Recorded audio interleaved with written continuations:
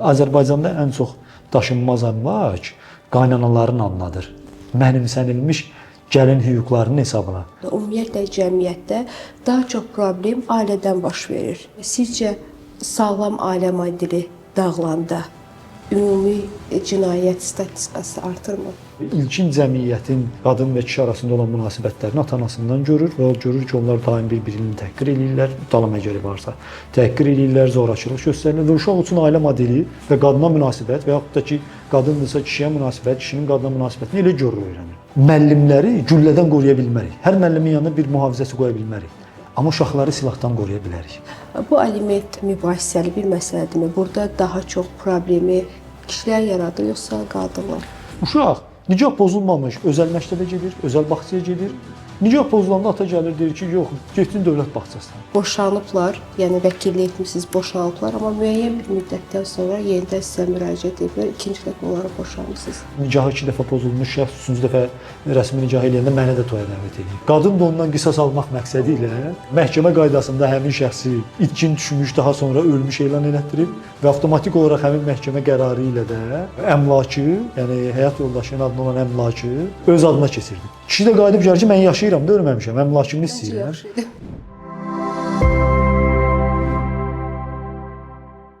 Salam, hər vaxtınız xeyirli uğurlu olsun. Avastorm podkastının növbəti çəkilişini edirik. Bugün bizim qonağımız vəkil Babək Həmidovdur.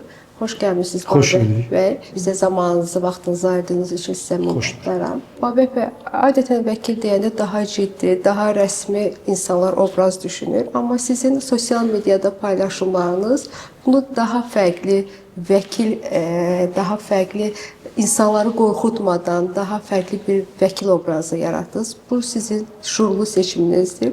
Bəli, qısaca izah verim, onun prosesi necə oldu. Ümumiyyətlə vəkillərin işi, o cümlədən məhkəmə ilə işləyən hakimlərin işləri hədsiz stressidir və siz belə deyim də bir statistikanı indi biz bilirik aşağı-yuxarı baş verən hadisələrdən. Adətən vəkillər və hakimlər belə deyim ürək xəstəliklərindən dünyasını dəyişirlər və onların işlərinin nə qədər stressli olduğunu göstərən haldır. Sosial şəbəkələrdə də daha əvvəl mənim belə deyim paylaşımlarım özümün yaşadığım peşə stresi ilə bağlı, belə deyim, hadisələrin informativ xarakterli paylaşımlardır. Yəni, qısa desək bir cümlə ilə cinayət hadisələri ilə bağlı paylaşım edirdim. Daha çox o sahədə ixtisaslaşmışam. Amma sonradan fərqinə vardım ki və öyrəndim ki, təcrübədə də bunu görürük ki, sosial şəbəkələrdən adətən insanlar əyləncə məqsədli istifadə edirlər. Ki, məsələn, həyatlarında olan stresi ora daşımırlar və adətən daha xoş görünürlər, bir-birlərinə daha xoş, pozitiv belə deyim, mesajlar ötürmək istəyirlər, görüntülər ötürmək istəyirlər. Sadə desək, məsələn, insanlar şəkil çəkdirəndə adətən gülümsüyürlər, sosial şəbəkə şəkillərində insanlar gülümsüyürlər. Və bu məndə dəyişikliyə səbəb oldu ki, bəs mən niyə öz peşə stresimi həm də başqaları ilə paylaşıb əlavə stresə səbəb oluram və özüm də o stresin içində qalmış oluram. Nəticə etibarilə sosial şəbəkələrdə düşündüm ki, məsələn, hüquqa özümün olan fərdi baxışımı və insanların anlaya biləcəyi və o cümlədən də faciə kimi qəbul etdiyi halları daha biraz humoristik, biraz sarkazmla və biraz daha başa düşülən dildə izahlarla verməyə başlayayım və münasibətlər göstərməyə başlayayım. Və bu da cəmiyyət tərəfindən daha çox qəbul edilən oldu və müəyyən belə deyim, yazılarım, fikirlərim cəmiyyət tərəfindən həm tənqidi mənada, həm müsbət mənada daha çox qəbul edilən oldu. Hesab edirəm ki, artıq insanlara hüququn sadəcə stres tərəfini yox, həm də belə deyim, xoş tərəfini, insanların şəxsi həyatında ola biləcək hadisələrə faciə şəklində baxmamaqlarına səbəb olan paylaşımlar etməyim uğurlu bir addım oldu. Bəs Azərbaycanda insanlar öz hüquqlarını daha çox bilmirlər. Bu nədən irəli gəlir? Daha çox problemlə üzləşdikləri zaman hüquqi tərəfini axtarırlar. Buna bir yanaşmam var mənim. Ümumiyyətlə, insanlar öz hüquqlarını bilməyə borcludurlarmı? Sualı mən həmişə belə qoyuram. Məncə borclu deyillər. Necə ki, məsələn, biz evdə hər hansı bir texniki avadanlığımız, belə deyim də, sıradan çıxanda onun peşəkarını çağırırıq və ona deyirik ki, bu hadisə baş veribdir. Məsələn, soyuducu xarab olubdur, bunun elektriki var, elektrik şəbəkəsi var, qoşması var və yoxud ağıllı soyuducu ola bilər ki, yəni istehlakçı onu bilməyə bilər. Onun özünün təmir servisi var. Hüquqlarla bağlı insanlar sözsüz ki uzun-uzun qanunları, məcəllələri ki, bunlar açıq satışdadır. Ədliyyə Nazirliyinin aidiyyatı üzrə e-qanun.az və süni intellekt əsaslı e-qanun.ai məsələn saytları var ki, rəsmi saytlardan kifayət qədər ətraflı mənbə kimi istifadə edib maariflənə bilərlər. Amma məsələn bir mühəndisin bunu bilməyi zəruridirmi? Mən hesab edirəm ki, məsləhətdir, amma zəruri deyil. Çünki məsələn sonuncu dəfə siz istehlakçı hüquqlarından götürək. Daim hər bir vətəndaşın özünün qarşılaşdığı hallardır. Sonuncu dəfə nə vaxt məsələn bazarlıq eləyəndə supermarketdən bütün belə deyim də aldığınız ərzaqların sonuncu istifadə tarixinə baxıbsınız. Nadir hallarda baxırıq. Amma ona baxmamağımız aydındır. Həmin istehsalçıya bizə və yaxud da ki, marketə bizə yararsız və yaxud da istifadə müddəti keçmiş belə deyim, ərzaq satmağa hüquq vermir. Aydın, mən öz hüququmu bilirəm, amma baxmıram və yaxud da bilmirəm, amma baxmıram. Yəni, baxıb nəzarət etmək hüququmdan fərd olaraq istifadə eləmirəm. Amma bu qarşı tərəfə həmin hüququ pozmağa, belə deyim, imkan vermir. Nəticə etibarilə onu nəzarəti həyata keçirən dövlət qurumları var. Yəni, bir hüquq pozuntusu varsa, burada sadəcə biz hüququ pozulan şəxsi hüququ maarifsizlikdə günahlandırmalı deyilik. Əksinə, hüquq pozanı da həmin şəxsin hüququ maarifsiz olmağından, belə deyək, qanunsuz qaydada faydalanmağını əsas götürməliyik. Yəni, şəxsi hüququ maarifsiz olduğuna görə özünü yox, onun hüquq pozanını qınamalıyıq. Yəni, qınaq obyekti həmin şəxs olmalıdır ki, şəxs bilməyə bilər. Şəxs, məsələn, fermer təsərrüfatı ilə məşğuldur, iri baş heyvan saxlayır. Məsələn, bu damazlıq haqqında qanunu bilməyə bilər. Amma nəticə etibarilə Kənd Təsərrüfatı Nazirliyi və yaxud da aidiyyatı əlaqəli dövlət qurumları və yaxud da ki, digər şəxslər şəxsin o maarifsiz olmağından istifadə edib onun hüquqlarını pozmamalıdırlar. Əksinə, onun hüquqlarının daha yaxşı təmin edilməsi ilə bağlı addımlar görməlidirlər. Ona görə də mənim düşüncəm şəxslərin tam hüquqi maarifli olmağına hər hansı bir, belə deyim də, zərurət yoxdur. Tövsiyə olunandır. Hüquqi müdafiə imkanlara çıxışı varmı, yoxsa yoxmu? Bunu müzakirə etməliyik. Məsələn, bu gün təkrar adını qeyd etdiyim rəsmi Ədliyyə Nazirliyinin rəsmi saytlarından istənilən qaydada hüquqların nədən ibarət olmağını müəyyən edə bilərlər. Və yaxud da ki, məsələn, Azərbaycanda artıq müstəqillik dövründə heç vaxt olmadığı qədər kifayət qədər çox vəkil var. 2800-dən artıq vəkil var. Regionlarda kifayət qədər vəkillik fəaliyyəti göstərən hüquqşünaslar var ki, onlara müraciət etmək imkanları var.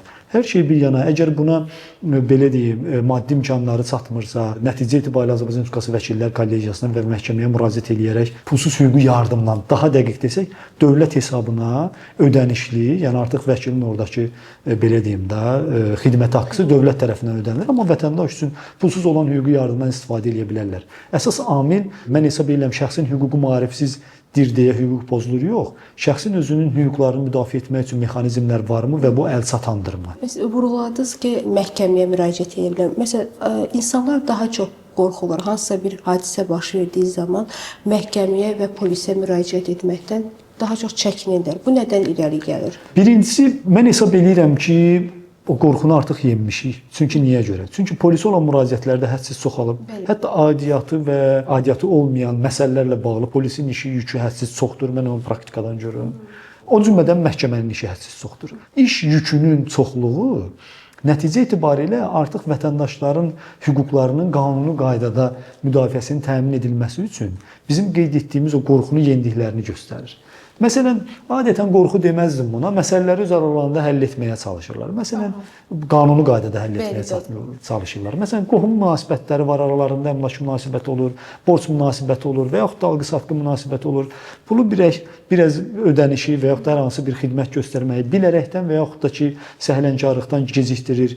Nəticə etibarilə bizim insanımızda var da, onunla üz-üzə gələcəyik, yaxşı deyil ondan şikayət etsəm, onu cəzalandıra bilərlər, incidə bilərlər. Kimi düşüncələrlə ki, bunlar qorxu deyil, əksinə belə deyim də, ikili münasibətdə öyrəşilmiş belə deyək. Qarşılıqlı anlaşmadır, çəkindirici düşüncələrdir ki, müraciət etmirlər. Amma və qısa şəkildə qeyd etmək lazımdır ki, məsələn, mən vəkil kimi özüm də 102 qaynar xəttindən istifadə edirəm və vətəndaşlar da hədsiz olaraq, yəni mən nəticəsini görüb deyirəm, müraciət edirəm. Məsələn, vətəndaşlar artıq demək olar ki, mülki mübahisələrin belə həlli ilə bağlı polisə müraciət edirlər.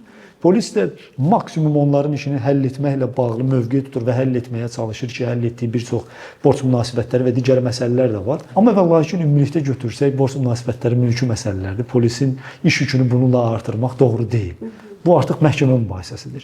Amma məsələn artıq sizin həyat və sağlamlığınızla bağlı, əmlakınızla bağlı, cinayət xarakterli və yaxud da inzibati xarakterli bir belə deyim, təhlükə varsa, bu məsələlərlə bağlı hüquq mühafizə orqanları kimi polisə və aidiyyatı digər hüquq mühafizə orqanlarına müraciət edə bilərlər və müraciət edirlər. Bu artıq hesab edirəm ki, mən o qorxu olan mərhələni artıq keçmişik. Vətəndaşımız müraciət etməyə dövlət qurumundan belə deyim, çəkinmir. Məsələn, sadəcə vətəndaşımız artıq o mərhələdədir ki, hansı məsələ ilə bağlı hara müraciət etməli olduğunu öyrənməlidir. Məsələn, istehlakçı hüquqları ilə bağlı polisə şikayətlər olur. Polis haqqı olaraq deyir ki, bizim məsələmiz deyil. İstehlakçıların hüquqları ilə bağlı Müdafiə Komitəsinə müraciət edir. Aidiyyatı qurum oradır. Onların qaynar xətti var. Və yaxud da məsələn, Azəriqazə, Azərsu qonşu ilə baş verən mübahisə ki, burada söhbət xüsusilə gedir. Əlbəttə ki, vacibdir ki, cinayət xarakterli və inzibati xarakterli məsələlər deyil. Olduğu təqdirdə polisə müraciət yox, əksinə aidiyyatı quruma, məhkəməyə müraciət olmalıdır və yaxud da mediasiya şurasına müraciət olmalıdır. Ki, vətəndaşlarımız artıq müraciət etməkdən təkrar edirəm, qorxu mərhələsini keçib, hansı orqana, hansı məsələ ilə bağlı müraciət etmək lazımdır, o mərhələdədirlər və onu öyrənirlər və bu yaxşı haldır. Bəs sizcə cəmiyyətdə cinayətlərin artmağına səbəb hüquqi boşluqdan irəli gəlir, yoxsa daha çox sosial problemlərdən? İlkin olaraq qeyd etmək lazımdır ki, hüquqi boşluqlar bu məsələləri demək olar ki, tam həll edib. Hüquqi boşluq nədir? Mən sizə izah edeyim. Cari situasiyada varmı, yoxmu? Məsələn, hüquqi boşluq bu idi ki, 90-cı illəri götürsək, ilkin mərhələdə xakerlər deyilən, yəni xüsusi texniki vasitələrdən istifadə etməklə başqa şəxslərin əmlakını talama, pulunu mənimsəmə hadisələri Azərbaycan Respublikası əvvəlki qəbul olunmuş, Sovet dövrünə qəbul olunmuş cinayət məcəlləsi ilə tənzimlənmirdi. Yəni, həmin vaxtda oğurluq idi bu. Oğurluğa oxşuyurdu, amma şəxs hər hansı bir qanunla və yaxud da ki, digər mülki şəxsin özünün məhdudlaşdırdığı, xüsusi mülkiyyətinə daxil olmurdu, getmirdi. Amma oğurluq da deyil. Yəni, öz oturduğu evdən başqasının hesabına varlanırdı. Yəni, qanun onu tənzimləmirdi, boşluq var idi. Dərhal qanun onu tənzimlədi. Müasir dövrdə, yəni boşluq yeni çıxan texniki vasitələrdən və yaxud da ki, digər ictimai münasibətlərdən, yeni yaranmış ictimai, ikili, üçlü ictimai münasibətlərdən, ictimai hüquqi münasibətlərdən fərdin cinayətkarcasına istifadə edib özünün və yaxud da başqalarının varlanmasına səbəb olan hallardan yaranır. Ki, məsələn, bir məsələ deyim, süni intellektdən istifadə etməklə saxta videolar hazırlamaq. Məsələn, bu süni intellektin istifadəsi dünya üzrə götürdükdə son 7 ildə çox populyardır. Azərbaycanda son 3 ildə populyardır. Amma Azərbaycanda bu qanun nə vaxt tətbiq oldu? Yeni tətbiq olunmağa başlayır. İndiyənə qədər baş vermiş bəs nə oldu? İndiyənə qədər baş vermişləri qanunun maddəsi yox idi deyə artıq o boşluq məsələsinə aid olunur və nəticə etibarilə cəzasızlıqda qalırlar. Cəzadan kənarda qalırlar. Amma artıq ümumiyyətlə hüquq bir addım geridə işləyir. Yəni şahmatda düşünün ki, qara fiqurlarla hərəkət edir. Birinci pozuntu baş verir. İctimai münasibət baş verir. İctimai münasibətdə pozuntu baş verir. Ondan sonra artıq aidiyyatı qanunverici orqan və ona layihələr hazırlayan qurumlar, təşəbbüs göstərən qurumlar görür ki, burada artıq ikili-üçlü ictimai münasibətlər var. Mülki, cinayət, inzibati xarakterli münasibət və burada pozuntular var və bunları tənzimləmək lazımdır. Nəticə etibarilə daha sonra qanun tənzimlənir. Məsələn, süni intellektin istifadəsi ilə bağlı bu gün hansı qaydada istifadəsi ilə bağlı sadəcə dünyada bir tənzimləmə var, o da Avropa Birliyi ilə bağlı olan tənzimləmədir.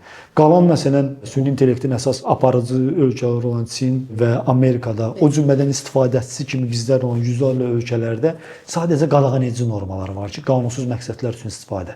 Amma hansı məqsədlər üçün, hansı qaydada istifadədə yeni-yeni tənzimlənir. Məsələn, artıq təhsildə tənzimləmə ilə bağlı proseslər gedir. Cənab Prezident də tapşırıqlarında qeyd edir ki, süni intellektdən istifadə ilə bağlı qanun layihələri, o cümlədən tənzimləmələr həyata keçirilməlidir və bundan istifadə normallaşmalı və təkmilləşdirilməlidir. Və bu yöndə artıq işlər başlayıbdır. Daha çox inkişaf gedir. Bəli, və nəticə etibarilə həm də qanuni tənzimləmə olmalıdır. Çünki mütləq qaydada qanuni tənzimləmə olmayacağı təqdirdə artıq cinayətkar xarakterli və yaxud da belə deyim, hər hansı bir süni intellektin verdiyi fürsətdən belə deyim, şəxsi mənafe üçün və yaxud da digər yaxın qohumun mənafeyi üçün qanunsuz məqsədlə istifadə xarakterli hallar ortaya çıxa bilər. Ona görə qanuni tənzimləmə mütləq vacibdir. Cəmiyyəti anlamaq üçün məncə statistikaya baxmaq lazım deyil, daha çox ailədə baş verən problemlərə baxmaq lazımdır. Ümumiyyətlə cəmiyyətdə daha çox problem ailədən baş verir. Sizcə sağlam ailə modeli dağılanda ümumi cinayət statistikası artırmı? Buna cavab vermək üçün çox ciddi statistik məlumatlara sahib olmaq lazımdır. Ona görə mən birbaşa cavab verməyəcəm, amma nəticə etibarilə ümumi belə deyim, fərdi yanaşmağın və təcrübədən vəkillik fəaliyyətimdən olan fərdi yanaşmağından gəldiyim nəticəni sizinlə bölüşə bilərəm. Mütləq qaydada şəxsin cəmiyyət üçün, ictimaiyyət üçün faydalı olması ilə bağlı, faydalı bir fərd kimi yetişməsi ilə bağlı ailə institutu çox vacibdir. Çünki ilkin tərbiyə ailədə formalaşır uşaq üçün, ana və atanın birgə tərbiyəsi ilə formalaşır və nəticə etibarilə hətta yaxın qohumların, mən buna deyirdim, birgə təsiri və tərbiyəsi ilə formalaşır və daha sonra məktəb, ətraf mühit və artıq universitet həyatı və azad cəmiyyətdə tutduğu mövqe ilə formalaşır. Sözsüz ki, bunun təməlində dayanan valideyn, mən bunu ailə deməklə belə deyim, nicahı pozulmuş şəxslərin hüquqlarına mənfi mənada toxunmuş olmuram, amma valideyn məsuliyyəti olaraq yanaşım. Çünki ola bilər ki, şəxslər arasında, məsələn, ər-arvad arasında ailə münasibətləri pozula bilər. Amma uşaq varsa, ailə münasibətləri orada artıq ikili yox, üçlü münasibətlərdir. Yəni necə? Bunu siz bir üçbucaq olaraq düşünün. Ailə həyatı var və nikah var. Nikah kimlər arasındadır? Ər və arvad arasındadır. Nikah olub-olmamağından asılı olmayaraq, ər və arvad arasında ailə həyatı ola bilər. Nikah pozulduqda şəxslər arasında, yəni ər və arvad arasında olan ailə həyatı pozulur. Amma hər ikisinin, həm ərin, həm arvadın, yəni adını qoysaq, həm ananın, həm atanın uşağa münasibətdə ailə həyatları bir ömür davam edir. Yəni onlar rəsmiləşmir, daha doğrusu doğum şəhadətnaməsində rəsmiləşir və pozula bilmir. Bəli. Aydındır. Yəni bəli, doğum haqqında şəhadətnaməni ləğv etmək mümkün deyil. O halda mümkündür ki, həqiqi bioloji və yaxud da genetik atasını müəyyən elədikdən sonra. Lakin artıq müəyyən olunmuş bir dövlət tərəfindən bir ata, bir ana varsa uşağa münasibətdə, bu bir ömür qalır.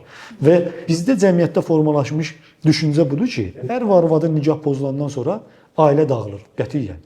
Uşağa münasibətdə ailə həyatı bir ömür davam edir. Onların ikisi arasında, yəni üçbucağın bir belə deyə əlaqəsi qopdu, amma uşağa birləşdirən tamamilə doğrudur. Onları birləşdirən o münasibət qopdu, amma uşağa münasibətdə hər iki valideynin müstəqil qanunla, ailə məcəlləsi ilə onların üzərinə qoyulmuş vəzifələri davam edir. Bu vəzifələr nədir? Uşağın təlimi, tərbiyəsi ilə məşğul olmaq.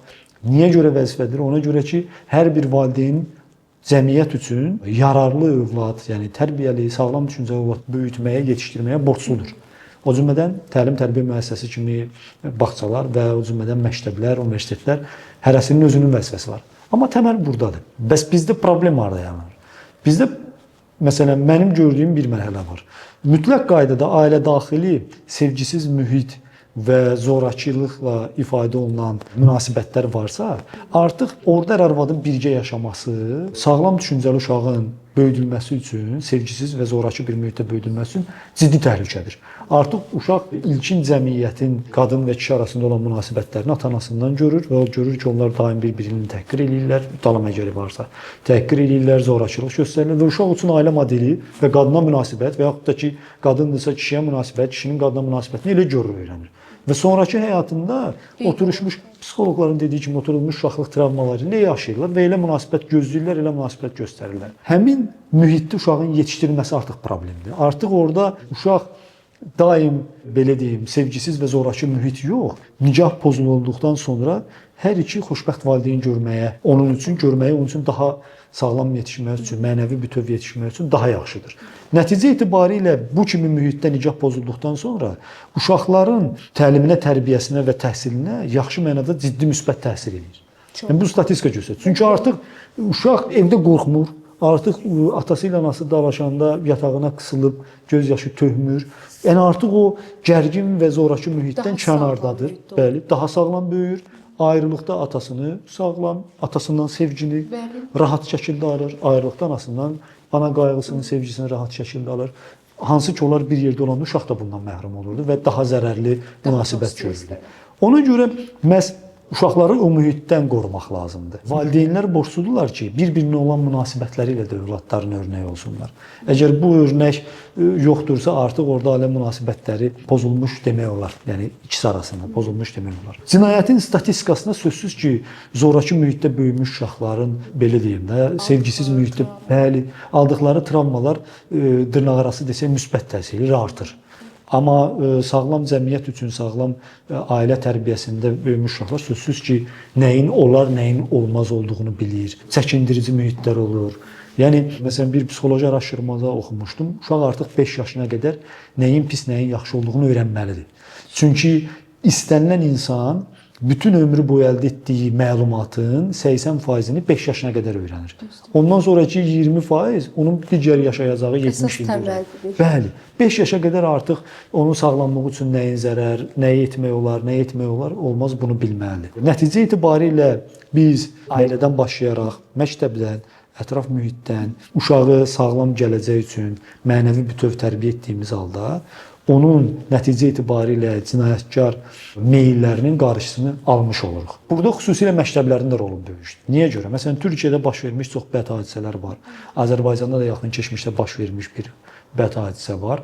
Uşağın artıq silaha əl atıb, belə deyim, cinayət törətməsi ilə bağlı. Mən ondan bir mövqe qoydum ortaya. Dedim ki, biz müəllimləri güllədən qoruya bilmərik. Hər müəllimin yanına bir mühafizəçi qoya bilmərik.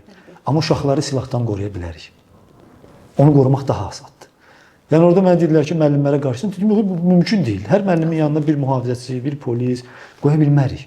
Uşaq öz ailəsini. Bəli, amma biz uşaqları silahdan qoruya bilərik. Silaha çatımlıqdan qoruya bilərik. Nəticə etibarilə həmin aqressiyadan qoruya bilərik. Məktəb psixoloqlarının, müəllimlərinin üzərinə burada ciddi yük düşür. Çünki uşaq artıq məktəbə getdiyi ərəfədə valideyni ilə daha çox valideyn məsələn işləyə bilər. Məktəbdə müəllimi ilə ünsiyyətdə olur. Müəllim məsələn Türkiyədə baş vermiş hadisədə mən orada istintaqı yaxından izləyirəm, mətbuatdan izləyə bildiyim qədər. Məktəb müəllimlərinin həmin uşağın zorakılığı ilə bağlı, psixoloji travmaları ilə bağlı anası müəllim ola, anasına bildirdikləri radları var. Anası o radları qəbul etməmişdir. Hansı ki, anası bu gün məsuliyyətə cəlb olunmaq üçün cinayət araşdırmasına cəlb olunubdur. Həmin uşağın psixoloqunun atasına bildirdiyi var ki, uşaq psixoloji gərgindir və nəzarətdə saxlanılmalıdır. Dediyi uşağa ata silah atmağı öyrətmişdi. Ki, mənim dostlarım bilir, mən bilmirəm. Ata düzdür, həmin xırda-xırda qeyd olunan addımları atanda məsələnin nə qədər ciddi təhlükə olacağını düşünmürdü. Amma həmin xırda addımlar böyük faciəyə səbəb olur. Yəni bir böyük faciənin baş verməyi üçün bir böyük hadisə lazım deyil. Yüzlərlə, onlarla və ya minlərlə xırda psixoloji travmatik hadisələr toplanır, nəticədə böyük faciəyə səbəb olur. Bəli, ona görə uşağın sosial şəbəkələrdə valideyn nəzarətdə saxlamağı borcludur. Hansı multfilmə baxır, hansı kinoya baxır, çətindir. Amma birinci özü baxmalıdır, qısa xülasəsinə baxmalıdır. Süni intellektdən istifadə edib, məsələn, öyrənə bilər ki, məsələn, övladım bu saytdan istifadə edir daha çox.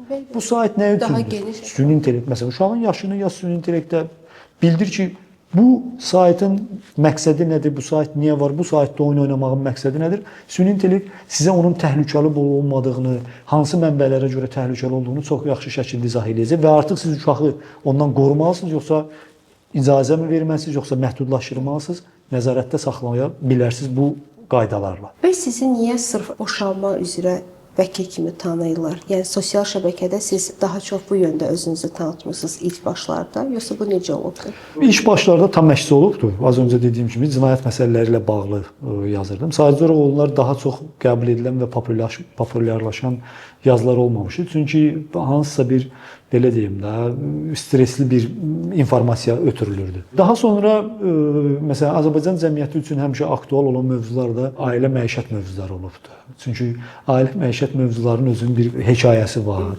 özünün bir rəvayəti var, özünün bir nağılı var. Azərbaycan kinosunun incilərindən biri məhz ailə münasibətinə aid olan qaynana obrazı ilə bağlıdır ki, yəni nəticə etibarilə bizim cəmiyyət üçün çox qəbul edilən, həm zarafatyana, həm ciddi bir belə deyim, daha çox hekayələrin olduğu bir sahədir bu, boşanma məsələsi.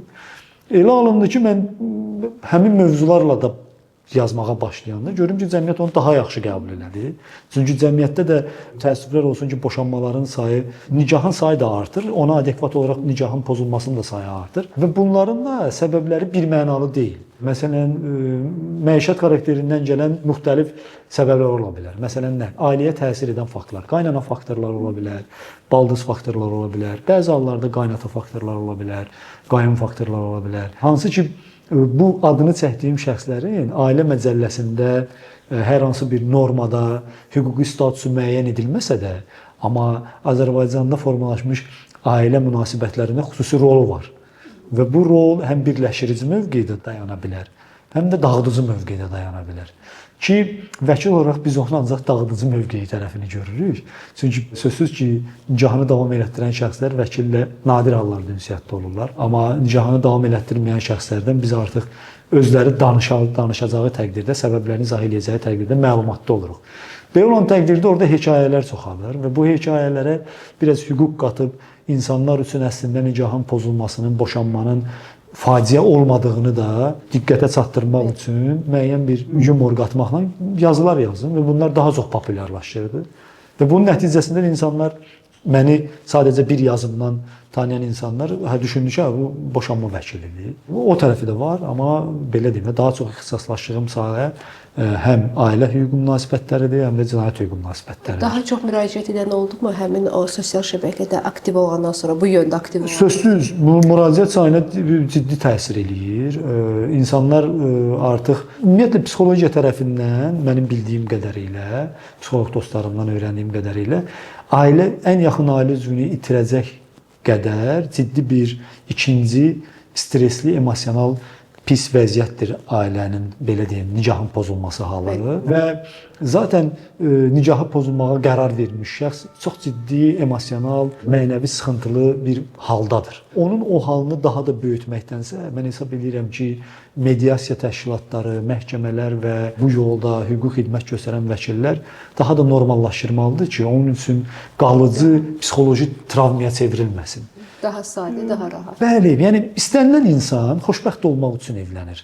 Aydındır. Amma bu xoşbəxtliyi ailə həyatında tapmırsa, bu faciə deyil. Artıq xoşbəxtliyi fərdi həyatında tapmağa davam etməlidir. Yəni xoşbəxtliyini heç kəs düşünmürəm ki, başqa bir fərdə bağlamalı deyil. Öz fərdi xoşbəxtliyini. Yəni fərdi xoşbəxt olmayan şəxs kollektiv xoşbəxt ola bilməz. Əgər bir insan tək öz-özü ilə qalanda pozitiv düşüncəli, ictimaiyyət üçün faydalı, mərhəmətli, insansevər, mehriban insan deyilsə, bu evlənəndən sonra da xüsusiyyətlər formalaşmır ondan. Eyni qaydada davam edəcək. Qalır və bu artıq şəxslər arasındakı ünsiyyətə, sevgiyə, birgə yaşayışa ciddi mənfi təsir göstərir və nəticədə sevgisiz və daha da davam eləsə xronoloji zorakı mühit yaranır. Biz boşanmada ən əsas problemlərdən biri də aliment problemi və bu illərlə davam edən bir situasiyalar olur. Bəzi mənim müşahidələrimdə ətrafımda olubdur. Bu aliment mübahisəli bir məsələdirmi? Burada daha çox problemi kişilər yaradır, yoxsa qadınlar? Məsələ nədir? Birincisi, alimentlə bağlı məsələ nicahın pozulması zamanı və yaxud da mediasiya qaydasında tərəflərin razılığı zamanı uşağın saxlanması üçün ən xüsusi və faktiki hallardan biridir. Burada problem nədir? Problem adətən aliment tələb edən xanımlar olur.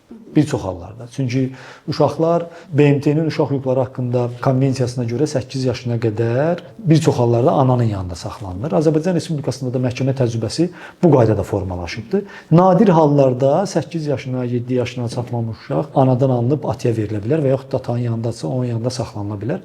Bunun üçün çox ciddi hallar olmalıdır ki, artıq ana ilə qalmaq uşağın mənəvi, psixoloji, fizioloji varlığına ciddi təhdid göstərsin. Belə olan halda ataya verilir. Belə olanda aliment tələb etmə hüququ uşağı saxlayan şəxs kimi atada da olur. Problem niyə var? Problem aliment qərarlarının icrasında var. Məhkəmələr və qanun bu məsələni həll edib. Hər il uşağın yaşayış minimumu müəyyən olunur ki, cari il üçün 260 manatdır. Bir uşaq üçün və yaxud da ki, valideynin gəlirinin 1/4 bir uşaq üçün, 2 uşaq üçün 1/3 və yaxud da ki, 3 və daha artıq uşaq üçün yarısı kifayət edirsə, hansı ki, bir uşağa 260 manatdan az olmamaqla bölgüdə müəyyən edilən bir məbləğ yaranırsa, o zaman valideynin aylıq gəlirinə və digər gəlirlərinə də qazancına da yönləndirilə bilər. Ki, burada yenə deyirəm, əsas prioritet bir uşağa düşəcək həmin 1/4-dən, 3/1-dən və yaxud da 2/1-dən deməli aliment miqdarı minimum müəyyən edilmiş aliment miqdarından aşağı olmasın. Yəni 260 manatdan aşağı olmasın. Bir qayda olaraq aylıq stabil gəliri olan valideynlərdən alimentin tutulmasında heç bir problem olmur. Qanun bunu tənzimləyir. Uşağın 18 yaşına çatana qədər avtomatik olaraq bu icra mərhələsində işə götürən tərəfindən aliment çıxılır, verilən hesabla, yəni uşağı saxlayan valideynin, ananın, atanın hesabına köçürülür. Qalan isə köçürülür şəxsə. Amma mövsümi işlərdə işləyən, stabil gəliri olmayan valideynlərdə artıq qanunvericilik müəyyən məbləğ tutulmasında ki, bu da uşağın yaşayış minimumu ilə bağlı cari ilə görə 2026-cı ilin 260 manatın tutulmasını bir uşaq üçün deməli müəyyən edib. Belə olan təqdirdə artıq valideynin onu ödəməyində də çətinlik yaranır. Çünki məsələn valideyn işsizdir və yaxud da işləri yaxşı getmir, amma onun aliment öhdəliyi var. Belə olan təqdirdə dövlət onun üzərinə hər bir halda ödəmə vəzifəsini qoyur və nəticə itibarilə alimentin icrası da baş tutmalıdır. Digər bir mənfi hallar nələrdir? Mənfi hallar öz gəlirlərini təcrübədən göstərir, bu daha çox atalarda olur, gizlətmək. Məsələn, gəlirlərini gizlədirlər, gəlirlərini başqa şəxslərin adına açırlar ki, faktiki gəlirlərini gizlətsinlər.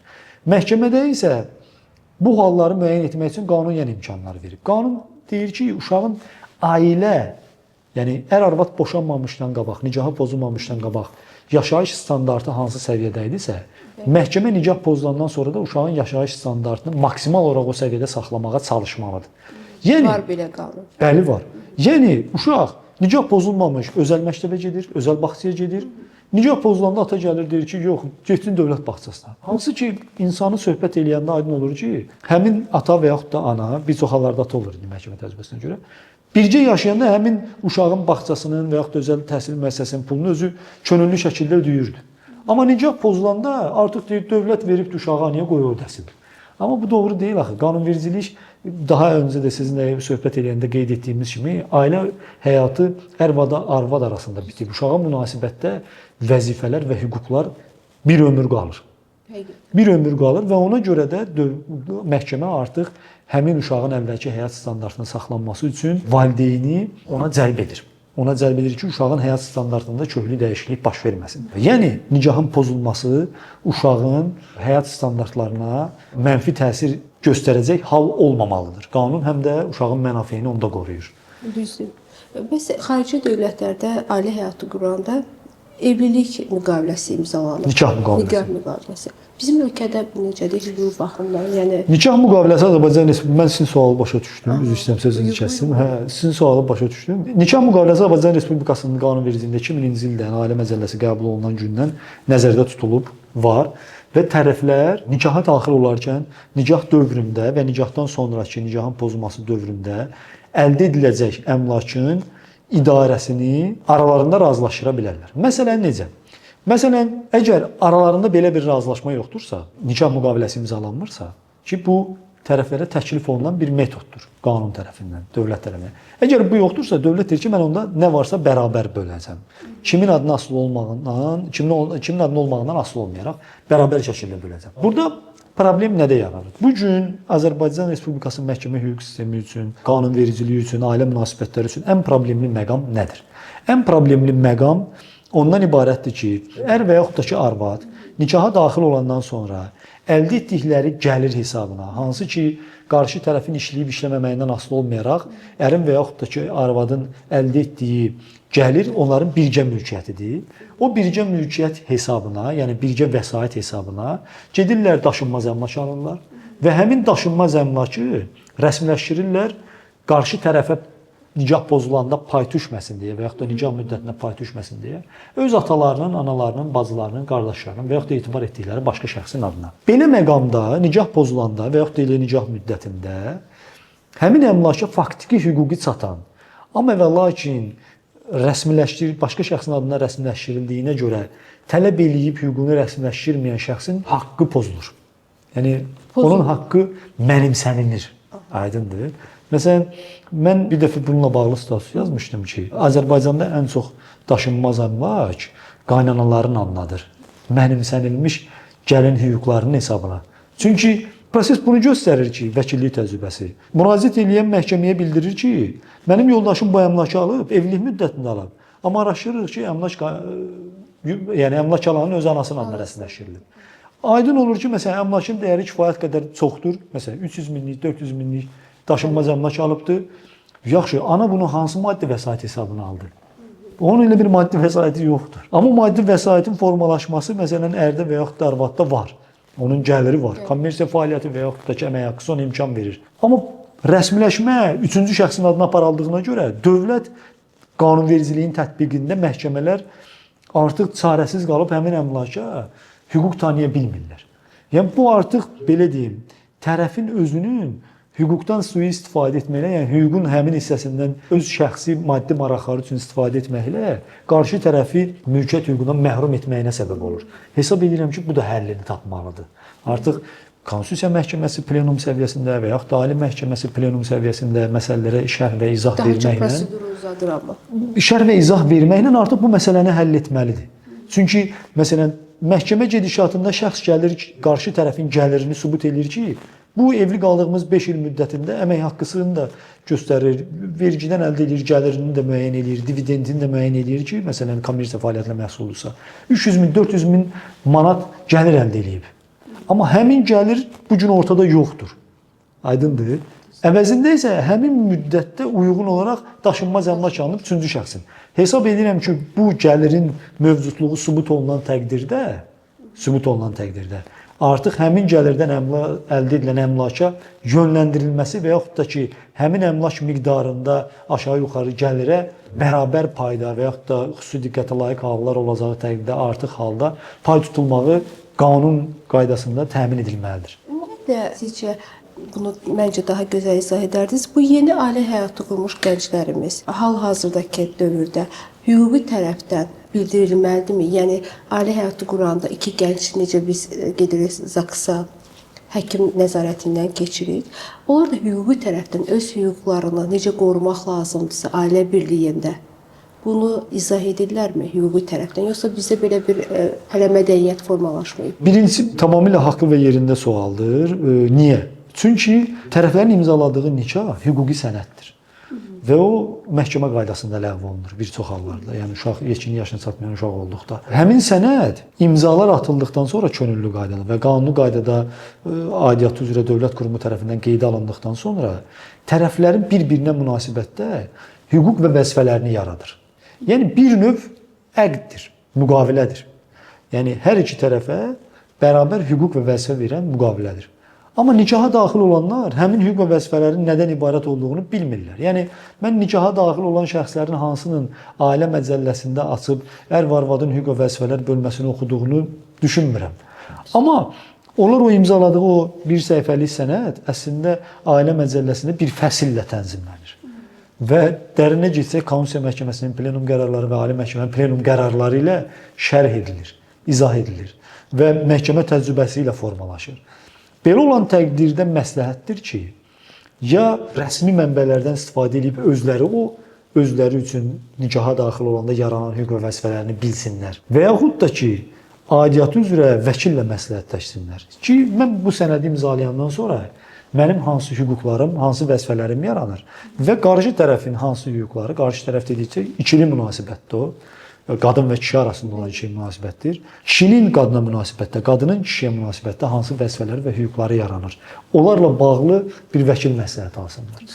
Yəni bu olacağı təqdirdə daha anlayışlı və hüquqi şuurlu şəkildə nikah qurulmuş olacaq. Həqiqətən. Çünki iki nəfər də öz hüquqlarını biləcək.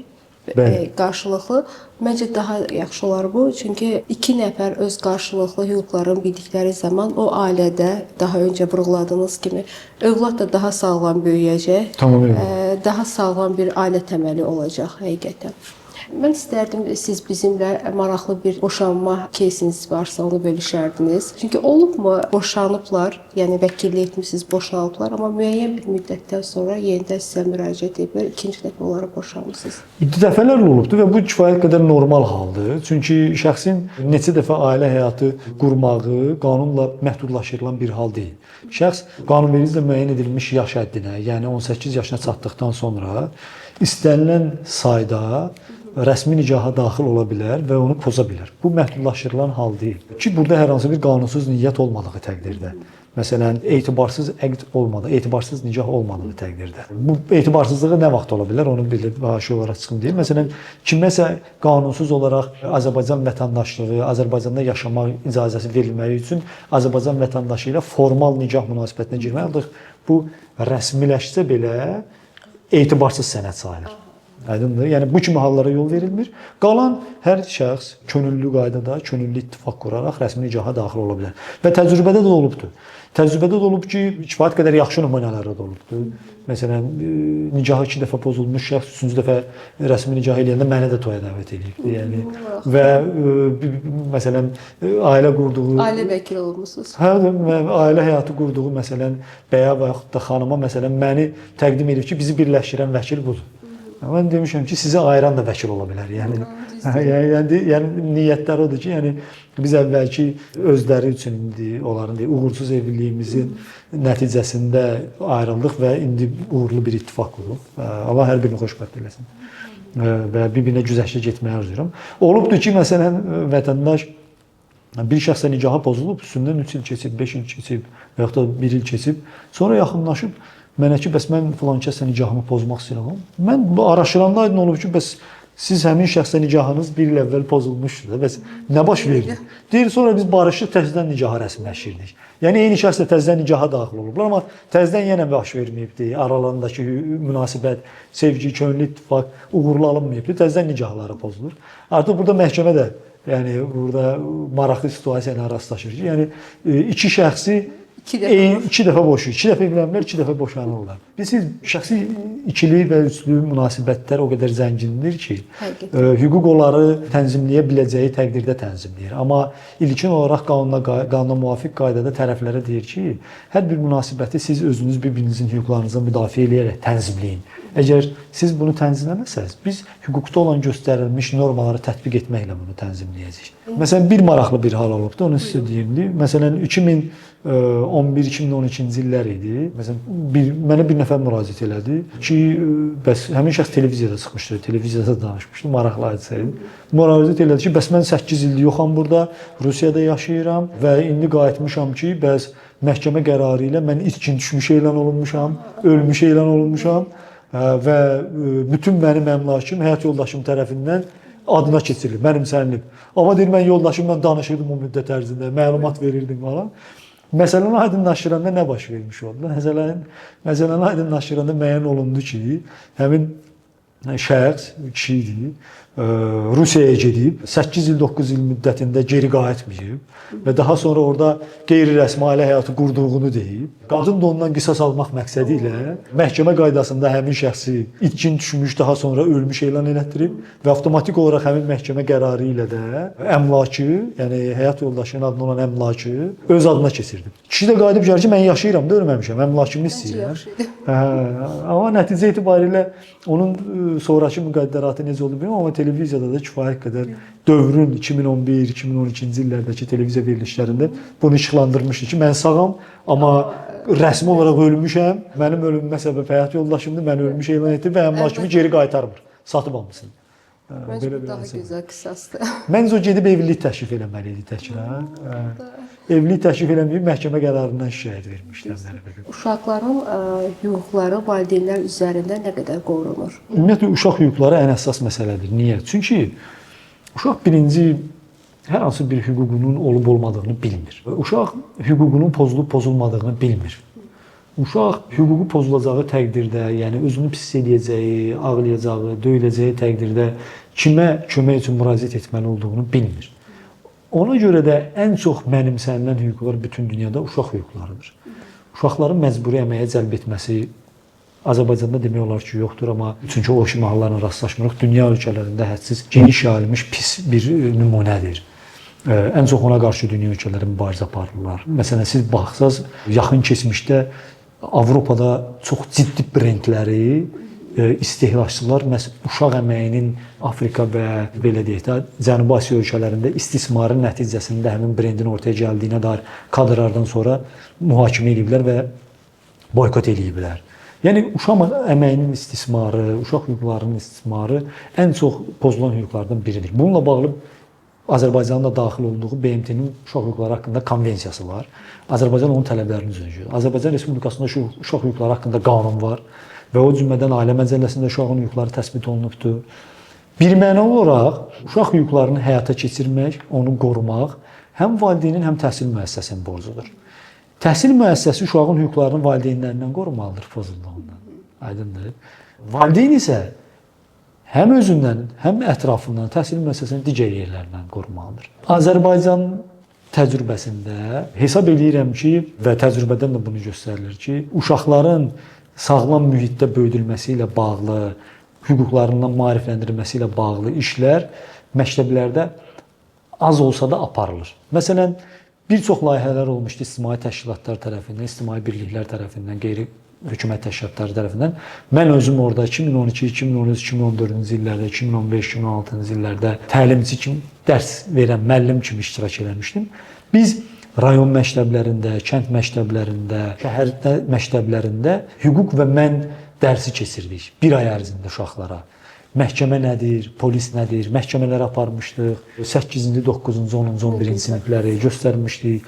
Məsələn, aidiyyatı üzrə Daxili İşlər Nazirliyinin bu kimi layihələri olur.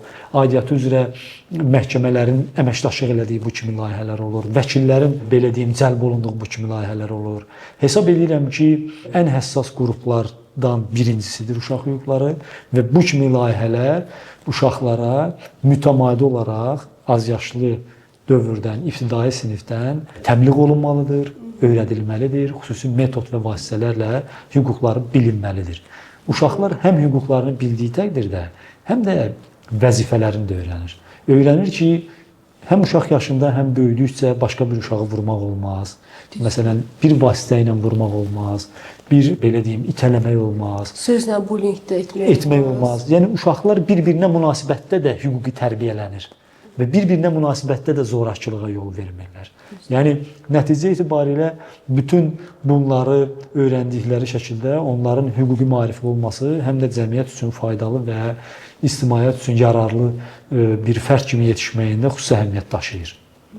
Təşəkkür edirəm sizə. Çox sağ olun, minnətdaram. Mən də dəvətiniz üçün təşəkkür edirəm. Vaxtlarınız üçün təşəkkür Maraqlı edirəm. söhbət oldu. Çox sağ olun. Faydalı bir podkast oldu, inanıram. Sağ olun. Təşəkkür edirəm. Növbəti podkastda görüşənədək.